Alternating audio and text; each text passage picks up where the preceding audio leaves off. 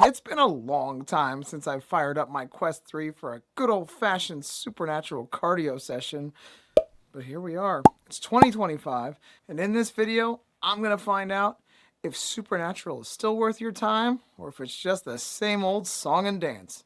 Let's go. So before we dive in, if you're watching this from outside the US and can't find Supernatural in your Quest store, that's not a glitch. The app's only available in North America because of, you guessed it, music licensing rights.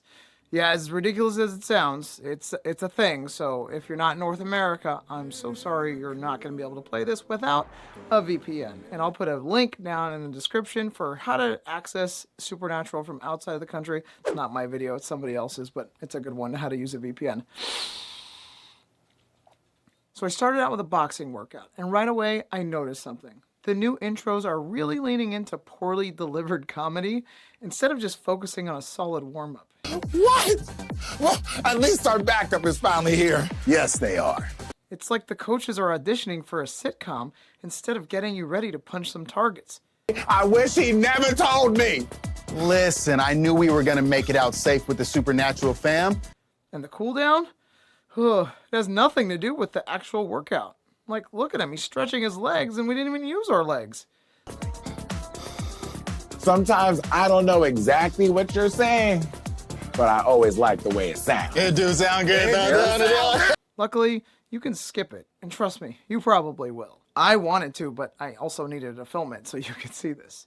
That said, the choreography is still solid. They've sprinkled in a few new moves that make you think a bit more, but overall it's not groundbreaking. It feels like the same supernatural boxing we've all known for years.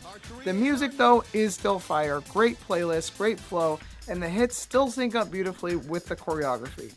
Visually, the scenery continues to impress, gorgeous backdrops everywhere you look, but if you've been playing this for a while, it's nothing you haven't seen before. Like some of these I remember from the first time I ever played it. Coaching wise though, like I said, they've shifted away from that old school Peloton pep talk vibe, and now their trainers seem to be leaning more into whatever the theme of the workout is, which can be fun if you like their personalities, but if not, it's gonna get old real quick.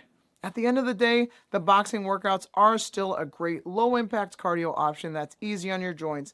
It's fun, accessible, and a perfect gateway workout for beginners or anyone who hates the traditional gym scene. Next up, the flow workouts. And I tried the Halloween Fit workout because it seemed to be the most up-to-date one on the app, and wow, they're really leaning into the acting now. You must pass today's terminal exam, for it is 60% of your score point average. The intro was painfully cringe, but to be fair, it ends on a high note with a couple of genuinely awesome songs. Rainier Pollard absolutely goes for it here.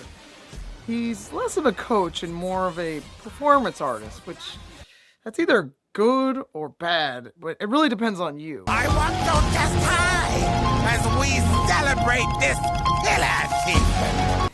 My mom, for example, God bless her heart, she loves amateur dinner theater, so she'd probably eat this up. Me, I struggle to take it seriously. So I guess to each their own, you might like this. The theme of this is basically slasher university. Yeah, you're a student learning how to become a horror movie villain, and each song represents a part of that journey, like stabbing and chasing, there's a final exam, a graduation, the whole deal. It's weird, but weird in kind of a fun way, I'm not gonna lie. The last two songs are legitimately great, and they feel like full-blown experiences. The kind of immersive moments that remind me of Enter the Beast from Fun Fitland, or those incredibly themed tracks in Synth Riders where the background and the music is all synced together. But gameplay-wise, the flow workouts still feel very similar to how they did back in 2019. Not much evolution. They added a few things like fast feet segments, which are pretty cool, scalable for all fitness levels, and a nice little challenge. They've also added some knees and things, which I'm not a huge fan of and weren't present in my workout today, but you know. The app itself has gotten a few updates. You'll notice a lot of AI generated art in the interface. Not terrible, not great, just kind of there. It's clearly cheaper and faster to produce. They've added a few nice features over the years though. Things like together workouts where you can team up with others, disappearing targets to change the pace, and even the ability to mute the trainers. Yeah, I can already hear some of you cheering at that one. Overall, it's clear that Supernatural has been tweaked and polished, but not reinvented the way like FitXR continues to reinvent itself.